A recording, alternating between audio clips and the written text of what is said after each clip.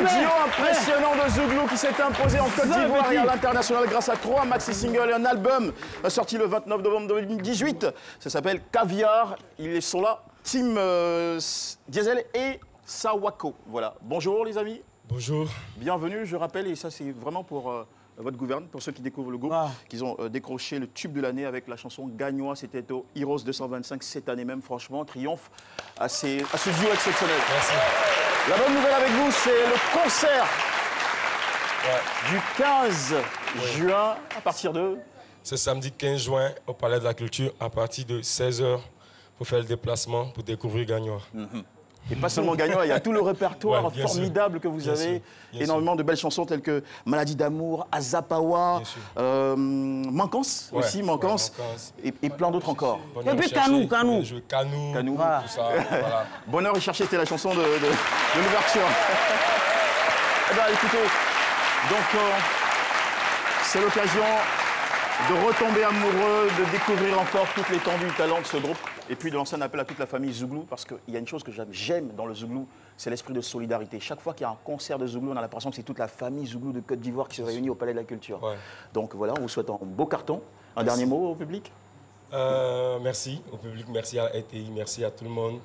Rendez-vous au Palais de la Culture le 15 juin. La fête sera magique. Merci beaucoup. Merci les gars. Voilà, quel plaisir. Ça commence bien cette émission-là. Mesdames et messieurs, étant très heureux de vous retrouver, je vous signifie tout de suite que le thème du jour, c'est atteinte de maladies incurables.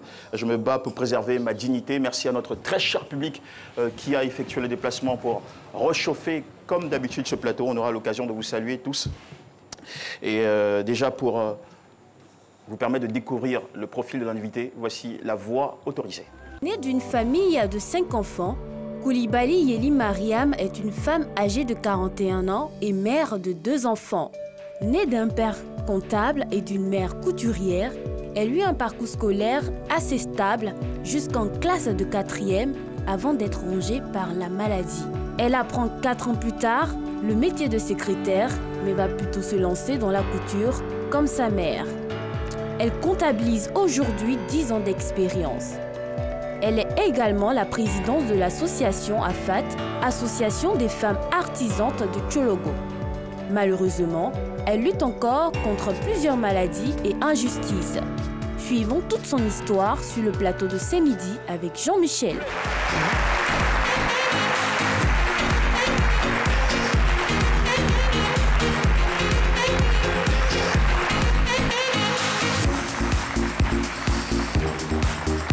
Madame Koulibaly Yeli Mariama, bonjour. Bonjour.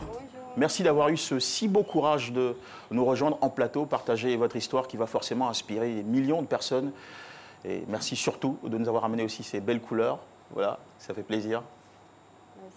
Tout à fait. N'ayez surtout aucun stress. C'est vrai que la télé, c'est pas votre habitude, mais nous sommes là comme une famille autour pour vous aider à partager ce que vous avez du fond du cœur, pour nous permettre de passer un très bon midi en votre compagnie. Alors, docteur Philo, bonjour. Bonjour aussi à vous, doyen. Bonjour Alissa. Voilà, on est autour de la table, on est au calme.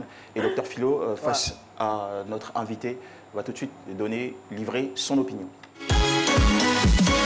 C'est mon avis, avec docteur Philo. Merci. Wow, ça peut faire atteinte de maladies incurables, je me bats pour préserver ma dignité. C'est la petite piqûre. Mais il n'y a rien à dire. Il n'y a pas trop grand chose à dire. C'est-à-dire, comme on est payé pour ça, on est obligé de parler. Sinon, comment ne pas préserver sa dignité, quelles que soient les circonstances? La dignité est le moteur précieux, le seul moteur précieux de notre existence. Donc, nul n'a le droit de bafouiller la dignité de son prochain. Toi, tu bafouilles la dignité de ton prochain. T'es qui?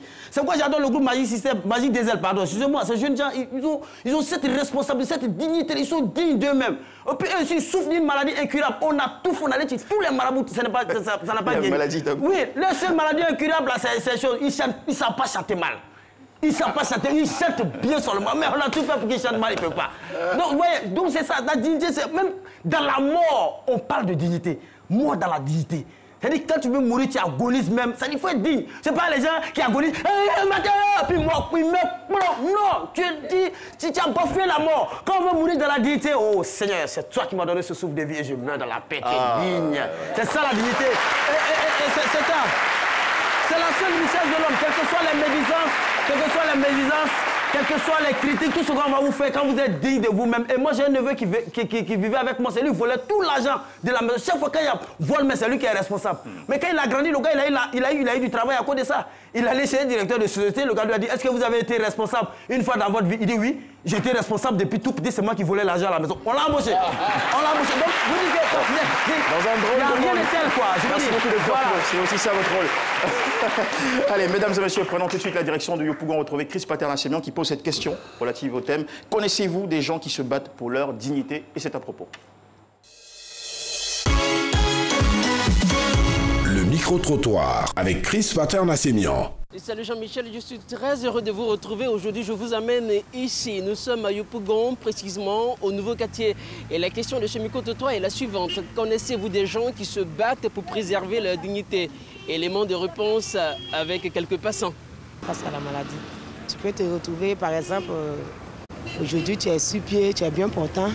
Demain, tu te retrouves à un stade où on doit même t'envoyer aux toilettes. On doit même te donner ton bain. On a l'impression qu'on a perdu sa dignité. Face à une maladie, si c'est réellement grave, ça peut se passer. Si je ne suis pas bien portant, je ne peux pas réellement me battre. Je ne suis pas portant, imaginons que je ne peux pas marcher. Bon, je me bats contre quoi? Pour avoir quoi? Tu as tapé un peu partout pour avoir peut-être le minimum peut-être pour soigner ton enfant. Et puis il y a une situation où tu pouvais quand même, si tu demandes, ils vont peut-être te refuser. Et puis bon, ça peut te pousser, peut-être peut prendre et puis aller régler ton problème. Et tu penses à régler le problème et tu peux perdre ta dignité. Oui, on peut perdre sa dignité parce que souvent il y a des maladies qui peuvent rendre l'homme pauvre à cause des traitements coûteux et autres. Et puis cela peut amener d'autres personnes, par exemple ceux qui vont sur les réseaux sociaux ou bien sur les médias pour demander de l'aide et autres. Bon, ce n'est pas parce que ces personnes n'avaient pas les moyens, mais c'est à cause de la situation, voilà, à cause des dépenses par rapport à des médicaments que la personne est obligée d'aller sur les réseaux pour demander de l'aide aux prochains. Et ça, bon, vraiment, moi, je peux dire que ça diminue une personne. Je pense que la dignité en elle-même, c'est pas ton comportement, en fait. Donc, si tu te comportes bien, les gens te verront bien. Si tu te comportes mal, les gens te verront mal. Voilà. Merci à vous, mesdames et messieurs, pour vos réactions. Comme le dit Paulus, vos réactions qui nous intéressent toujours. Voilà. Cette émission est participative. Donc, mesdames et messieurs, nous sommes à présent sur le point d'échanger avec notre invitée. Je le rappelle, Madame Coulibaly Yeli Mariama. Madame, encore une fois, merci beaucoup d'avoir accepté de venir partager votre histoire sur notre plateau. Depuis votre enfance, disons que vous avez été fragilisée par plusieurs maladies, mais vous êtes restée surtout très combative. Un bel esprit de fighter. Vous avez stoppé vos études en 4e. Cependant, vous avez tout de même pris des formations et aussi des boulots dans l'informatique, la pâtisserie, l'artisanat. Et je précise, pour être plus clair, que vous souffrez de drépano, enfin, vous êtes drépanocytose, d'asthme, d'hépatite de foie, vous avez même un problème de cœur. Nous en parlions en préparation de cette émission, vous avez parfois des pertes de mémoire. Alors, dites-nous comment vous avez fini par découvrir toutes ces choses-là. Depuis l'âge de 5 ans, tout le temps j'étais couchée, au CP1, j'ai fait 2 ans à la maison, il n'est pas pu aller à l'école. Maman me racontait que quoi, je suis née malade comme ça. Moi, c'est après le décès de ma mère que j'ai découvert une lettre où le docteur disait que j'étais drépano. Et puis, comme j'ai fait l'informatique, il y a ma patronne qui était venue se réconcilier, elle me disait, Mariam, vraiment, je te demande pardon, il faut faire à cause de Dieu. Que ta maman ne voulait pas que je te dise que tu es drépano, mais comme la médecine est beaucoup développée maintenant, que toutes ces souffrances-là, que c'est ça. Puis je lui ai dit, bon, j'ai découvert une lettre aussi. Le docteur disait que, bon, je ne comprenais pas, dans la lettre, c'était dit que je devais mourir à un certain âge. Les drépanos n'atteignent pas un minimum d'âge. Donc je me suis dit, du coup, peut-être qu'elle avait eu peur en ce moment où la médecine n'était pas trop développée. Mais comme moi, je n'ai pas les moyens, j'ai fait comment? J'ai fait comment? Je ne savais pas, je me suis inscrite dans une ONG Savane Communication. D'accord. Bon. On aura le temps d'arriver à toutes ces étapes-là. Mais déjà, comment vous vivez au quotidien? Quels sont les symptômes dont vous souffrez? Comment est-ce que ces maladies-là vous affectent au quotidien? Tantôt, c'est la main qui sent, tantôt, c'est le pied qui sent. Tout le temps, je sens des douleurs, Je ne peux pas faire des travaux. Je suis couchée, la fraîcheur, le climatiseur. Et puis quand la pluie, quand le temps menace comme ça, je commence à prendre froid. L'eau glacée, l'eau froide, m'a interdit plein de trucs. En tout cas, il n'y a pas une semaine, je ne suis pas couchée en fait, mais j'essaie de faire des efforts pour ne pas chaud. Et Je me sens fatiguée à tout moment. Dès que je fais un petit travail, je me sens fatiguée. Et tous ces symptômes-là vous affectent chaque fois que vous travaillez, parce que je précise que voilà, vous êtes passé par la pâtisserie, l'artisanat, et quand je dis artisanat, vous cousez des habits, comme c'est la machine à main, en fait, sacs. je mets une natte là, je suis assise et puis je travaille. Bon, souvent aussi, je vais à l'IFF donner les cours aux filles, là, parce que moi, j'ai fait la broderie, eux ne font pas. Donc, je travaille un peu, j'ai créé une association, parce que les filles, quand elles finissent leur 3e année, il n'y a pas de débouché, en fait. Donc, j'ai vu la directrice, j'ai dit, mais pourquoi ne pas créer une association? Là, quand ils finissent leur débouché, avec l'association, on peut faire quelque chose de propre, un travail, puis faire une exposition.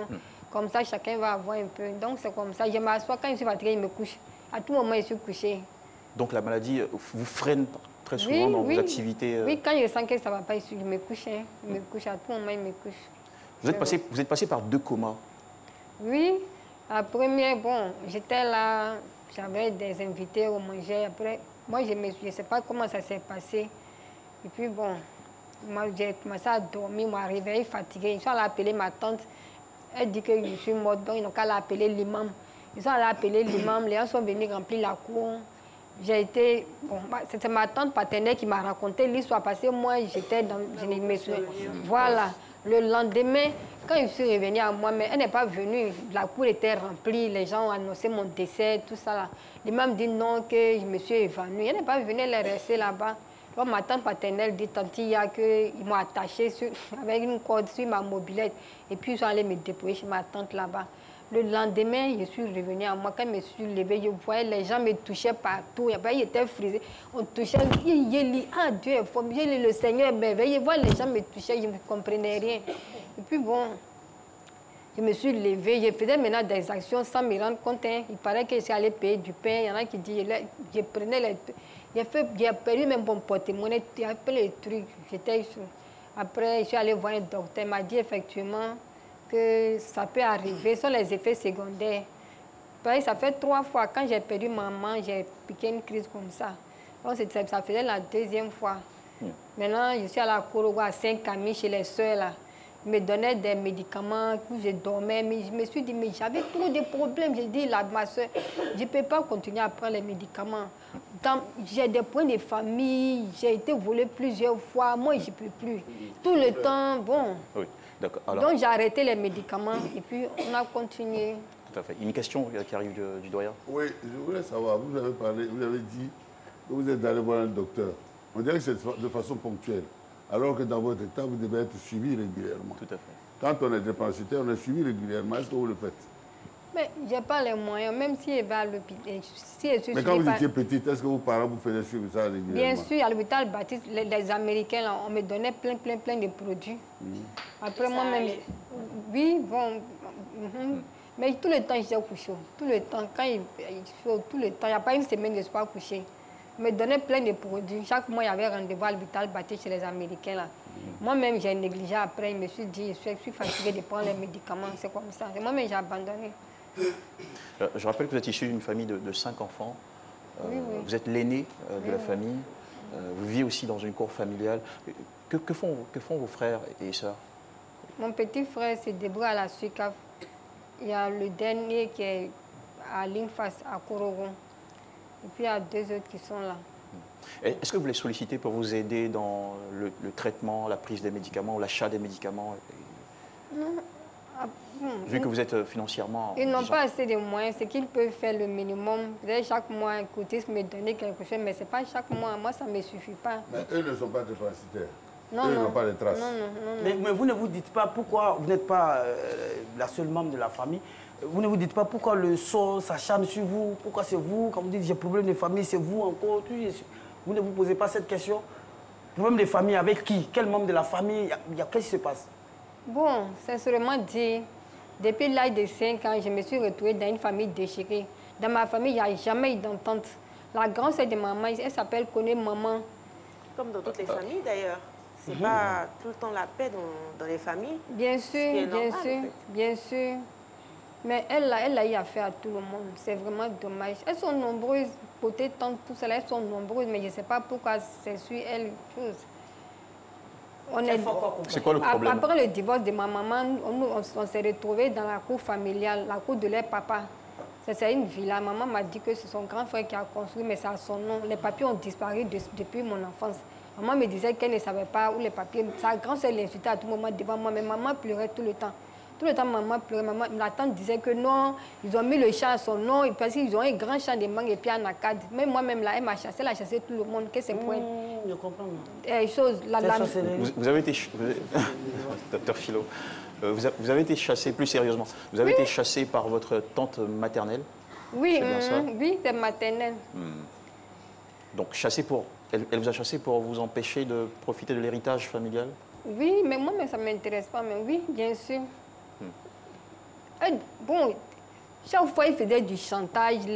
Ses grands frères lui parlaient que ce sont les enfants de ta soeur, il faut les laisser. Ce sont les enfants de ta soeur, il faut les laisser. Du coup, elle nous disait d'aller chez notre papa, les enfants battaient, ils nous insultaient trop.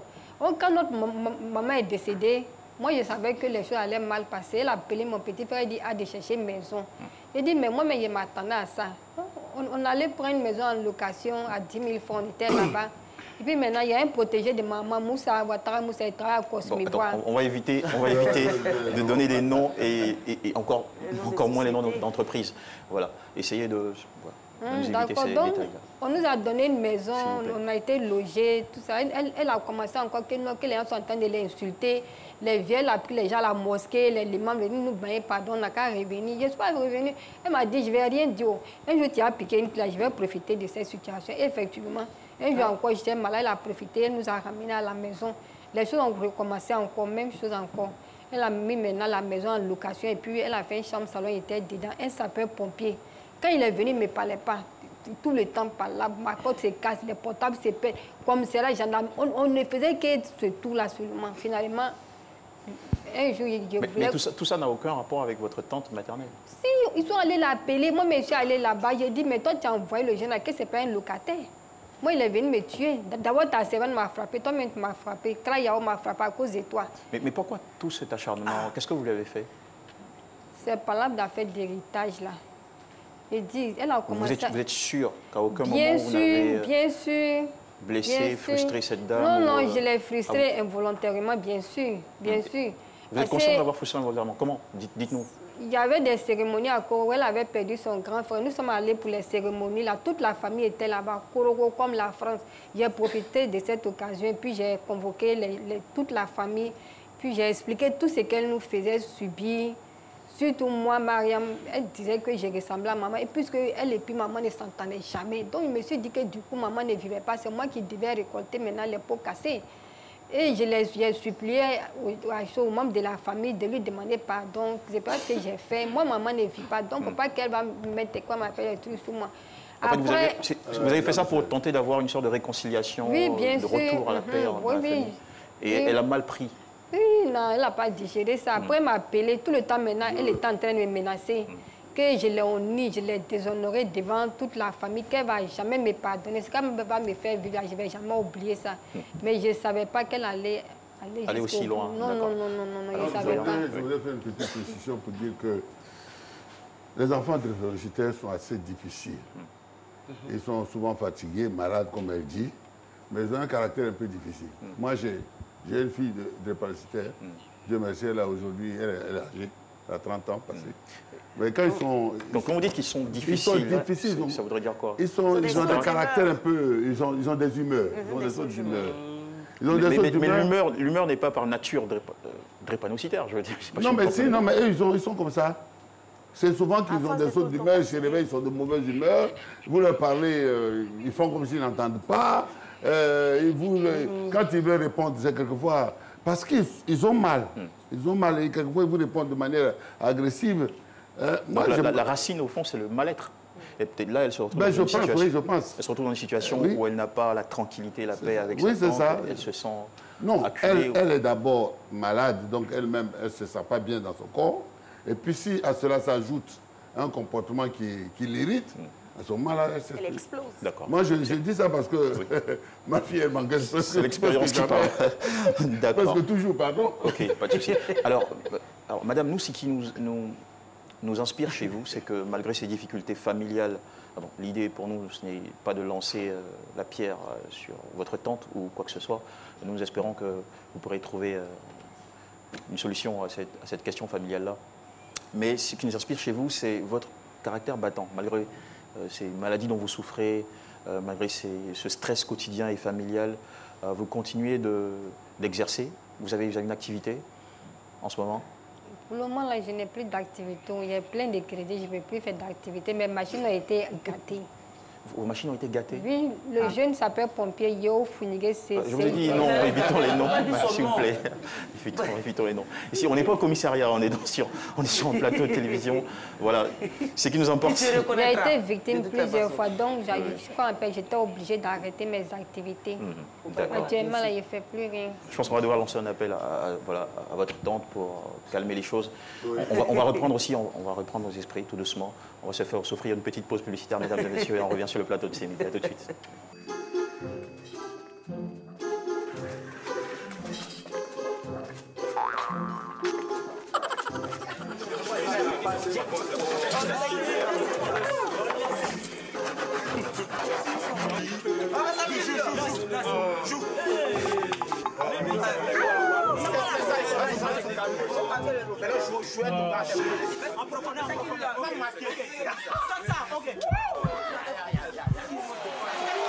Prêt à perdre la tête? Vivez toutes les émotions de la CAN Total 2019 sur les chaînes du groupe RTI et nos supports digitaux.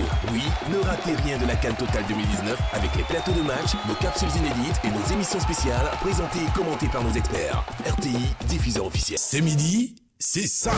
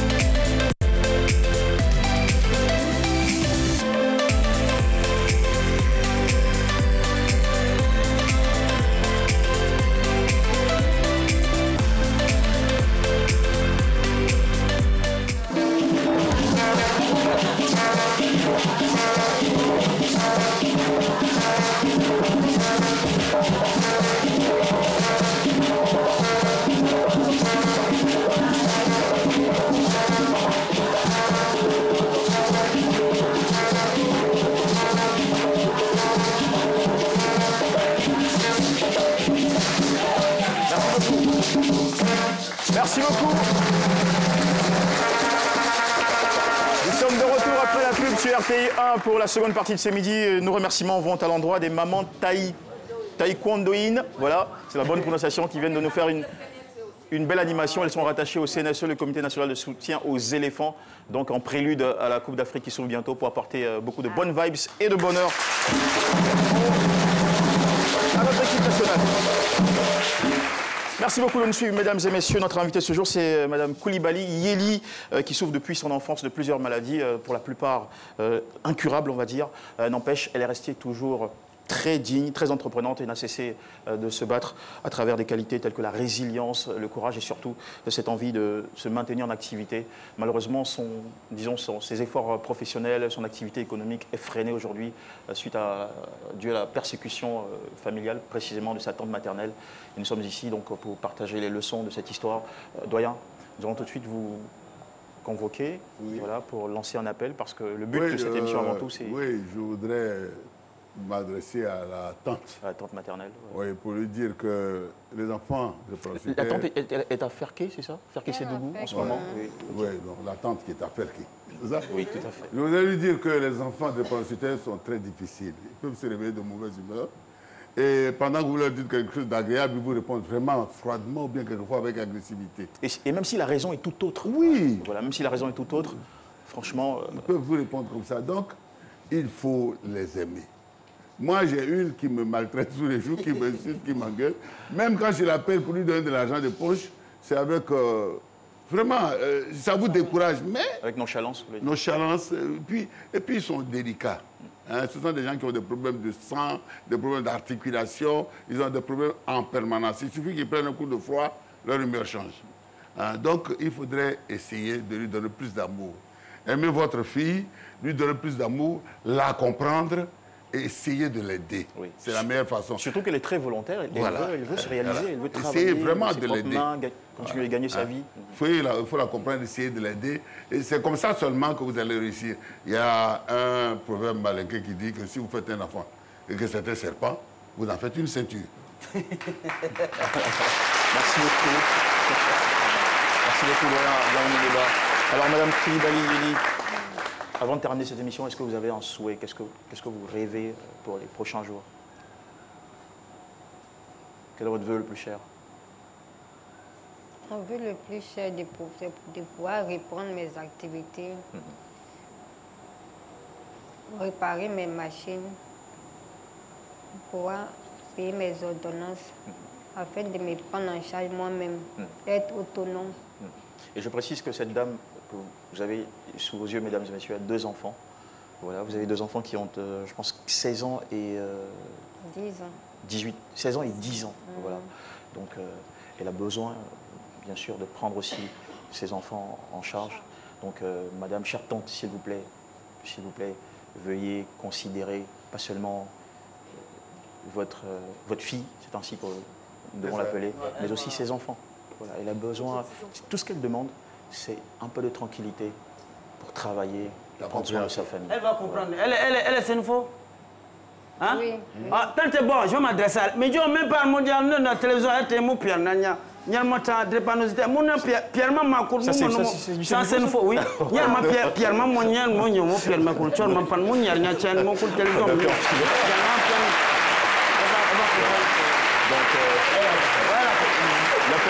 L'appel est lancé donc à la tante et à toute la famille aussi, parce que quand on fait un enfant en Afrique, on dit que le succès, quand un enfant réussit, il réussit pour tout le village. Donc l'appel à toute la famille, à toute la communauté dans laquelle elle vit, tant qu'à faire, aider cette jeune dame-là, aidons-la aussi, beaucoup plus largement, aidons-la à pouvoir se réaliser, s'installer, effectivement. Et puis elle a besoin d'accompagnement aussi pour son traitement, acheter des médicaments et se soigner. Sachez, madame, que vous avez tous nos encouragements. Pour nous, vous n'êtes pas une victime, vous êtes au contraire un exemple, un modèle de courage. Merci d'être venu partager votre histoire ici en notre compagnie. Nous allons tout de suite recevoir notre cher ami Paulus qui va nous ramener les questions de nos chers téléspectateurs.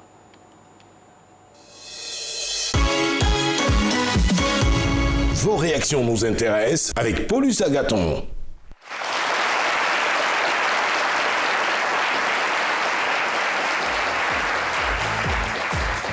Bonjour Polo. Oui, bonjour JM. Alors qu'est-ce qu'ils pensent nos amis sur la toile de l'histoire de Madame Yeli? Permets-moi de saluer nos différents téléspectateurs. Bonjour à toutes, bonjour à tous. Eh bien, tout à l'heure, tu disais à notre cher invité qu'elle a nos encouragements. Eh bien, on va dire qu'elle a également les encouragements des différents internautes, puisqu'aujourd'hui, il n'y a pas de questions. C'est plus des messages de soutien. On a ainsi Goré Ange Patrick qui dit continuez de vous battre. Il ne faudrait pas que ces différentes maladies soient une source de faiblesse, mais plutôt une source de force qui vous pousse à lutter comme vous le faites. Voilà, il y a toujours de l'espoir tant qu'il y a de la vie. On a ensuite IBN Nazir qui dit certes, vous passez par des moments très difficiles, mais il faut savoir que rien ne dure éternellement. Il y a une issue quelque part. Et on a Stéphane Nzaye, il dit prenez courage et surtout la vraie maladie en fait c'est quand vous vous laissez abattre moralement. Au-delà vous devez prendre courage et avancer parce que la vie peut vous réserver d'autres belles surprises et pour cela il faut que vous puissiez surmonter la maladie. Alors JM, je vais terminer avec le message de Billy Blandin Aka. Il dit il y a un dicton qui dit quand tu perds quelque chose, tu as perdu peu. Quand tu perds un proche, tu as perdu beaucoup. Mais si tu perds espoir, là, tu as tout perdu. Et moi, je voudrais vous inviter à garder l'espoir. Merci à nos chers internautes, amis internautes, et aussi à vous. Tout à fait, je vous en prie.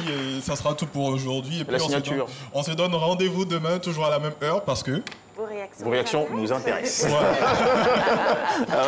Allez, merci Polo. Très bien.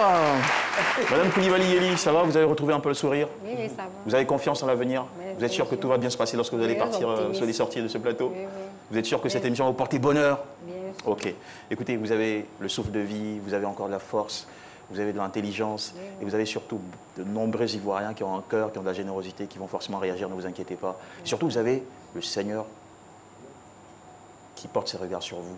N'oubliez pas, quoi qu'il arrive, quelle que soit la méchanceté des hommes, la difficulté des circonstances, de prier. La prière aussi, c'est une clé de miracle. Nous y croyons. Merci beaucoup de rester avec nous. Mesdames et messieurs, tous debout s'il vous plaît pour accompagner avec des ovations cette héroïne que nous avons l'honneur de recevoir, qui continue de lutter malgré tout. Ah oui, la vie est ainsi faite, il y a des moments comme ça, des moments très difficiles, mais ne donnons pas raison aux difficultés, donnons plutôt raison au courage et à la foi, n'est-ce pas? Merci beaucoup. Voilà. Eh bien, nous allons poursuivre cette émission tout de suite en compagnie d'Alissa Arzena. Alissa, vous faites une certaine mine, vous êtes affectée? Oui, un tout petit peu, mais bon, je pense que ça va passer. Ça va passer, c'est clair. Allez, je voudrais très rapidement saluer une famille qui vient des États-Unis pour participer à cette émission. Je pense qu'ils doivent être un peu cachés. Alors on va s'asseoir, les deux premières rangées, on va s'asseoir. Je crois que cette famille-là doit être à la troisième rangée. On pourrait rester. La petite famille américaine. Voilà, saluez-nous, voilà, saluez-nous par là. Voilà, ok. Ça va bien? How are you doing? Are you good? Are you good? Okay. How long have you been here? 1 week. Are you enjoying? Great. Thank you. Give it up for yourself. Yeah. Voilà. Bon, on va pas faire de traduction pour faire les jaloux. Merci beaucoup. Alissa Arzena tout de suite avec l'info. C'est People avec Zena Alissar Khalil. On va commencer cette semaine, Jean-Michel. La semaine passée, j'avais parlé de la Miss sortante Sui Fatem qui avait eu un souci. Qu'est-ce qui s'était passé? Pourquoi est-ce qu'elle a fait une vidéo où elle jetait son écharpe, machin? Qu'est-ce qui s'était passé? Moi, je vous ai dit, je ramenais les informations. Et oui. Et là, j'ai contacté le commissaire. Oui, comme je le disais, j'ai des relations. Ah, mais c'est bien. Oui, merci. Le professionnalisme. Merci beaucoup, merci. Je remercie ma famille aussi. Merci beaucoup. Alors, joint par téléphone, Monsieur Thierry Kofi m'a dit que c'était rien de grave, le secrétaire général du commissaire. D'accord. Ce n'était rien de grave et que c'était une accumulation de petites sanctions, même pas de grandes sanctions. Ce qui est c'est rien de grave. Sui Fatem reste... Une accumulation de petites sanctions qui a eu de grands effets. C'est rien de grave. Pourquoi Miss Sui Fatem n'a pas porté la couronne à la nouvelle Miss 2019? Eh bien, c'est parce que, d'après M. Kofi toujours, s'il y a la représentante de la première dame dans la salle, ou bien s'il y a une personnalité dans la salle, il faut bien évidemment que cette personne-là dépose la couronne sur la tête de la nouvelle Miss. Et que c'est rien de grave, au fait. C'est la polémique. Nous, on aime tellement critiquer, on aime tellement parler des gens, mais on n'a pas l'argent là-dedans, on parle des gens. Non, on a allé polémiquer, on a allé déposer, il dit, la fille enceinte, la fille dit, elle n'est pas enceinte. Vous aimez enceinter les gens, hein? La fille dit, elle n'est pas enceinte. On dit, c'est faux, tu es enceinte. On dirait que là, tu dors la nuit, puis les Ivoiriens viennent t'enceinter. Vous dites que la personne est enceinte. Elle dit, je suis pas enceinte, tu mens, tu es enceinte. Hey! Il a concerné, mais n'est pas informé. Ok, c'est qui est su. Il n'y a rien de grave. Sui Fatem reste Miss Côte d'Ivoire 2018 avec beaucoup de bonnes choses à Sui Fatem. On va partir pour retrouver l'un de nos éléphants, Seredie, qui a fait une vidéo il y a quelques temps sur les réseaux sociaux. Alors, une vidéo assez simple. Dans cette vidéo, il ne cite le nom de personne. Il ne dit pas le nom de quelqu'un. Voilà, il dit dans la vidéo... C'était quoi le sens de cette vidéo? En tout cas, dans la vidéo, il dit que... vous aimez chanter non pour nous critiquer. Mais quand on arrive à Abidjan, là, vous êtes dans nos hôtels en train de nous demander l'argent. C'est ce qu'il a dit. Mais non, nous-mêmes les Ivoiriens, là, on dit... Voici ce que je propose, parce que les gens à la maison sûrement vont... On dit, mais quelle est la vidéo? Qu'est-ce qu'il a dit? Est-ce que Alissa n'exagère pas? Non, jamais. Alors, mesdames et messieurs, la vidéo full content. Merci beaucoup. On dirait que toi, c'est quand il y a la canoue et les éléphants jouent là. Tu es trop inspiré pour chanter façon. C'est lui qu'on ne connaît pas, qu'on appelle Ne gagnez pas, vous allez comprendre. Arrête tes bêtises là. Moi, il te dit ça. Mais le jour, elle te voit là. Elle te parle ça en face. Tu me connais et te connais. Quand on veut parler directement, voilà ce qui... C'est qui est sûr, c'est la vidéo qu'elle est. Est-ce qu'il a dit le nom de quelqu'un? Non, mais nous là, non. Mais c'est quoi la musique qui passait? La musique, non, c'est un chanteur. C'est un chanteur qui chante quand les éléphants jouent. Est-ce que lui aussi, il a dit le nom de quelqu'un? Mais non, nous là, non. Tellement on aime ça, on dit pas des magnifiques. Il parle pas des magnifiques. Il parle pas de lui. Il n'a pas dit son nom. Mais Magnifique même a fait un poste. Il dit non, le père Sérédi n'a pas encore dit son nom. Donc lui là, il ne peut pas parler aussi. Mais nous là, on a déjà jugé cette histoire. On dit c'est Magnifique. Donc Magnifique, qu'est-ce que c'est? Faut prendre passer à autre chose. Parce qu'on est fatigué. Faut prendre passer à autre chose. Mais c'est que celui-là, c'est vrai. Non, mes éléments. Moi, je trouve que parfois, c'est exagéré un peu. C'est-à-dire que les Ivoiriens, s'il y a eu un truc, un petit buzz, des trucs comme ça, que les gens ont ri là, vous ne savez pas rire un peu pour vous taire. Vous allez rire jusqu'à... Peut-être ça peut blesser la personne, vous abusez. Les gars, ils défendent les couleurs de la Côte d'Ivoire. Et quand vous faites ça, là, s'il est sur le terrain, ça peut le distraire. Donc moi, je lui ai demandé d'arrêter. Arrêtez ça. Magnifique, si c'est toi, là, faut arrêter. Ramatoulaye, si c'est toi, faut arrêter. C'est dit, on t'embrasse, c'est tout pour aujourd'hui. Merci beaucoup, Alissa Zéna. Allez, chacun sur service. Bon, enfin, on a besoin de tranquillité pour ramener la coupe à la maison. Non, mais même si c'est magnifique, c'est pas grave. C'est pas grave. Moi, c'était le moins de mourir, c'est quelqu'un. On va communiquer sur tout ça. On a un invité qui arrive tout de suite et qu'on accueille à l'instant. Mesdames et messieurs, s'il vous plaît, vos applaudissements pour recevoir notre premier invité surprise de la deuxième partie de cette émission. Alors, c'est Monsieur Eric Agnero, qui est homme de médias, consultant en communication. C'est un Ivoirien. Merci beaucoup pour l'animation. Merci beaucoup. Merci beaucoup, nos amis. Alors, moi, je l'appelle l'Ivoirien de la VOA et de CNN. Voilà, c'est un brillant journaliste qui nous rejoint aujourd'hui pour évoquer avec nous le Yaï de Dabou. Le Yaï, c'est le Festival des Arts et Cultures de l'Odjoukro. C'est dans la région de Dabou, qui en est à sa 3e édition. Bonjour. Oui, bonjour. Et bienvenue. Merci. Aîné, grand frère. Merci, voilà. Merci beaucoup. C'est toujours un plaisir d'être ici. Moi, je dis, quand je viens à la télé, c'est comme si j'allais à l'Hôtel Ivoire quand j'étais gamin. Je suis toujours un peu fébrile là et j'ai le trac. Mais alors, aujourd'hui, on est là et vous avez vu le monde qui est venu de Dabou.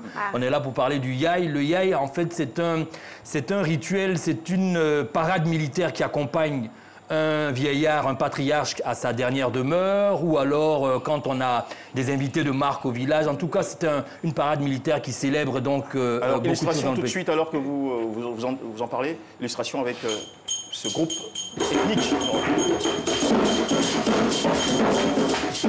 C'est le groupe Les Voudous.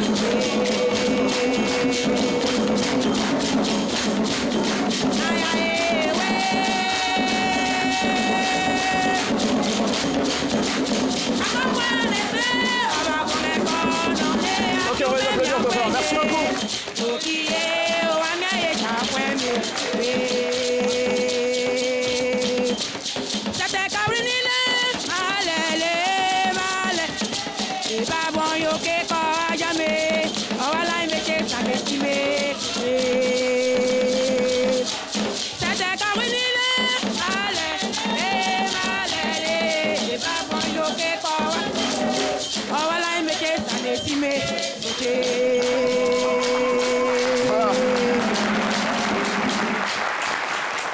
Ça n'a pas été facile de les interrompre, parce que là, on a la pression du temps. Éric Agnero, alors... Le meilleur de la culture à Djougou, l'a checké, mais aussi le RMH, les Jeux de Reims. Alors, le Yai Festival est à sa 3e édition, avec bien sûr la bénédiction de la mairie, du conseil régional, mais surtout avec nos salutations au secrétaire d'État, Essis Emmanuel, qui a porté ce festival à une 3e édition, vraiment à un niveau international. C'est compris. Le point culminant, ça va être... Bon, je ne dirais pas culminant, mais le point important à souligner, c'est la cérémonie de lancement qui aura lieu à Abidjan. À Abidjan, elle aura lieu donc le jeudi, le 13 juin, au Musée des civilisations de la Côte d'Ivoire. À quelle heure on va le faire donc dans la matinée, à 16h, pardon.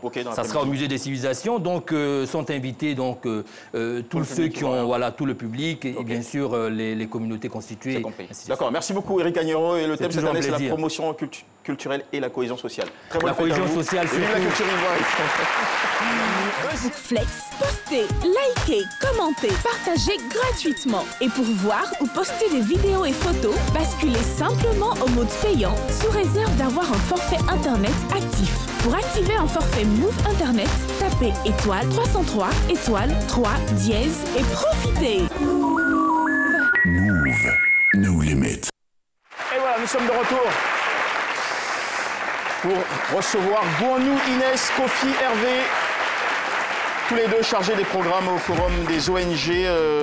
Gouanou, Inès, vous êtes étudiante en licence 1 de droit, président de la plateforme des organisations d'enfants de Côte d'Ivoire. Et M. Kofi Hervé, pour la précision, vous êtes chargé des programmes au Forum des ONG. Vous venez nous parler d'un événement placé sous le thème « Lutte contre la migration à risque pour protéger les enfants ». Nous vous écoutons. Vous avez une minute. Merci. Oui. Bonjour à tout le monde. Bonjour, cher public.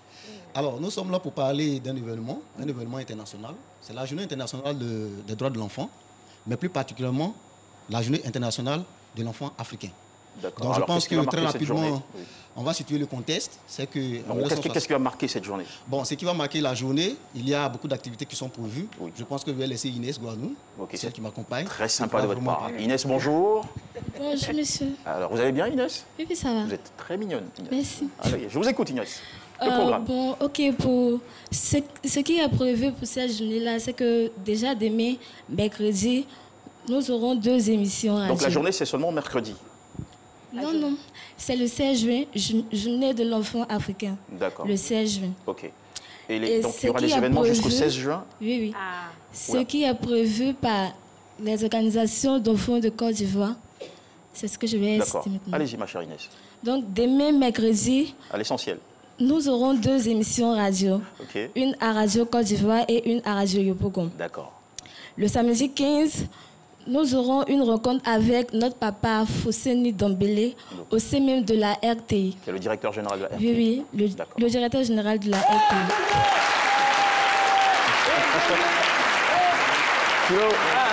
Philo, ne vous inquiétez pas, vous n'avez pas besoin de crier, vous serez payé à la fin du mois. Allez, on finit rapidement. Le 18, un panel avec le Forum des ONG à la Maison de la Presse. Et le 22, le prix Découverte Ivoire avec le mouvement Conscience Positive. Ok, c'est compris. Merci beaucoup Inès et merci beaucoup aussi à vous, Monsieur Kofi Hervé. L'essentiel, c'est le message. Il est bien passé. Nous vous souhaitons donc une bonne célébration avec tout ce programme d'activités. Allez, on les raccompagne, mesdames et messieurs. Et puis, très rapidement, nous saluons... Voilà, merci beaucoup.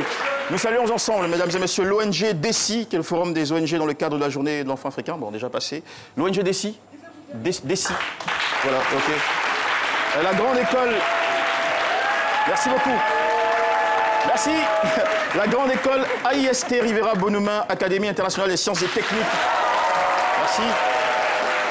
La Fédération des associations et organisations pour le bien-être des albinos de Côte d'Ivoire. La Socraf Mbrafé de Dabou, SND. Et le fan club Semidi. Le fan club Semidi est là. D'accord, on n'oublie pas aussi l'association des mamans taekwondoïnes voilà, qui accompagne les éléphants grâce à...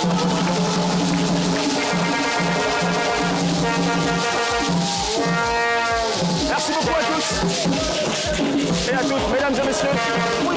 Mesdames et messieurs, c'est ici que cette émission s'achève. Merci beaucoup à tous et à tous de nous avoir suivis. On se retrouve demain pour un autre numéro de ce midi. Ne ratez pas le journal juste après nous. Allez, très bonne journée sur RTI1. Ça a été un plaisir. Salut.